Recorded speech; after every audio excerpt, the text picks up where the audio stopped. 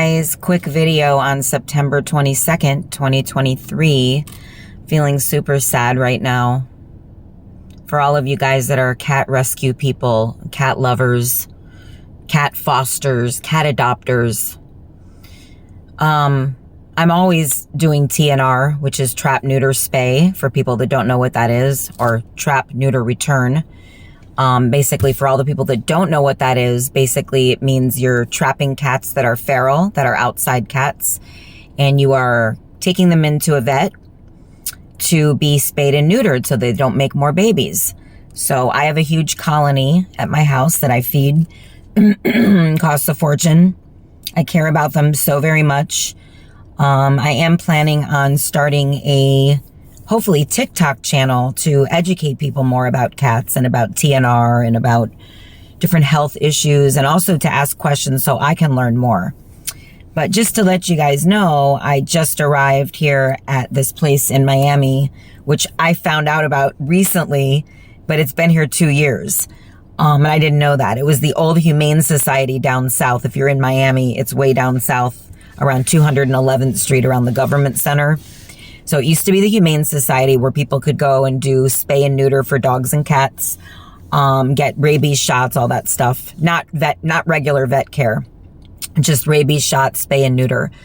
No adoptions over here. I don't think they ever had that over here. But anyway, when they closed this Humane Society about 2 years ago, I just thought it was closed. I didn't know they had done anything else. So I continued to make my appointments for my free spay and neuter at private vet offices that were getting funding.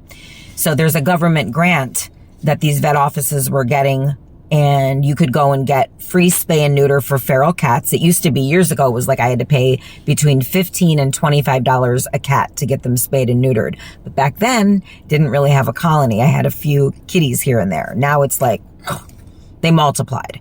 That's with the spaying and the neutering. That's with it. That's because sometimes people feed them, they don't spay and neuter them, then they stop feeding them, and then all of a sudden, someone else is left to feed them and they're multiplying. I wonder who was left to feed them. Me. And then, of course, you know, not to go off on a tangent, but my very bitchy, horrible neighbors who hate cats. So the one next door to me was feeding these cats for years and years and years, and then decided to blame me for the fact that the cats in our neighborhood were multiplying. So she's feeding them. She's not spaying or neutering them. Her and I together paid some trappers about maybe 8 years ago. And we did trap a bunch of them. And I was trapping them myself. But she also paid someone to do some trapping, and so did I. But I wound up trapping more than the trappers did. So I was paying them basically for nothing because I was doing the same work they were doing. I was like, why am I paying these people, right? And they were awful people, by the way. That's a whole nother story. So I'm not even going to get into that because I will get very upset. But anyway, I was taking them to these private vets to get spayed and neutered. And then now one of the vet offices called me to tell me, because I had appointments coming up, they called to tell me that they just lost their funding. They lost their government grant. That doesn't mean they're not going to have it, but they don't have it right now. So I was like, oh my God, I need to trap cats. And so long story short, they basically told me that I could bring my cat to this community center. And I'm like, where is that? They're like, well, it's the old Humane Society. I was like, what? Like, all along, I could have been bringing them here because you can drop off. You don't have to drop off at 8 o'clock in the morning. You can drop off the cats between 8 a.m. and 3 p.m.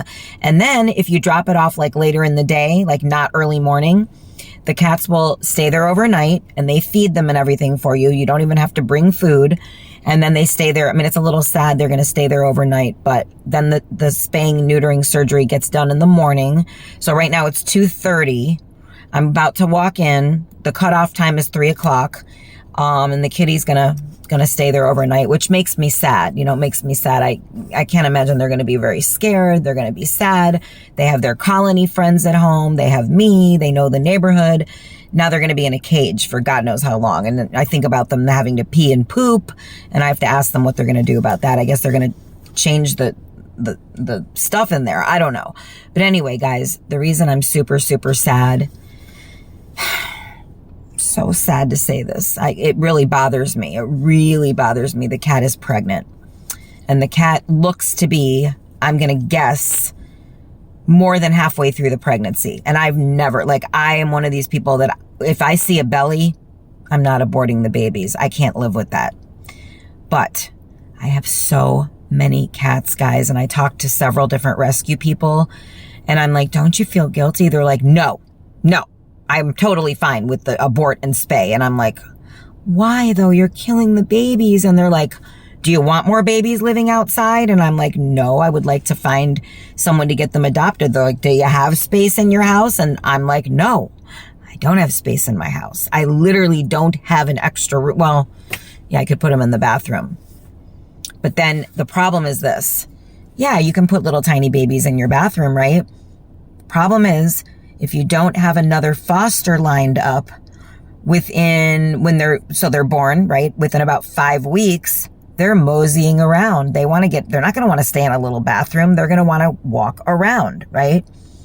And then you have to make sure that they get their shots. You have to make sure that mommy gets spayed if she's going outside. You don't want her to get pregnant again. You got to make sure that they're all healthy. You got to make sure that they're all eating, that everybody's latching onto a nipple and growing, and you got to weigh them, and it's a lot. And I have done it many, many times. Not only have I raised babies with a cat mom, I have raised babies bottle feeding and syringe feeding. I've done it all. The only thing I've not done is tube fed. Babies have died with me in the past. Not a lot, but there have been ones that were sick that I found by themselves. And by the way, little short note, usually, not every single time, but usually when a baby is left alone by itself by the mom, it means that something was wrong with the baby. It was sick. Or maybe something was wrong with the mom. But usually something might be wrong with the baby. I'm looking over there to see, I don't know what that is. It's weird. I think it might be a lizard or a bird. Oh, I gotta see this. They have over here, there's like a big canal, and so I think it's an iguana. There's a lot of iguanas.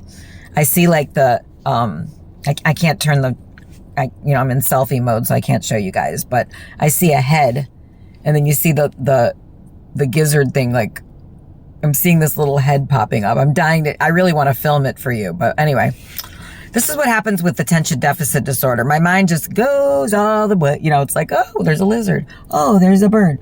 Oh, all right. Well, anyway, that cheered me up a little bit. I'm very sad. I'm smiling right now because I'm trying to put myself in a good mood, and I'm trying to tell myself I'm doing the right thing. But I am very sad because there are babies in her belly that we are about to murder.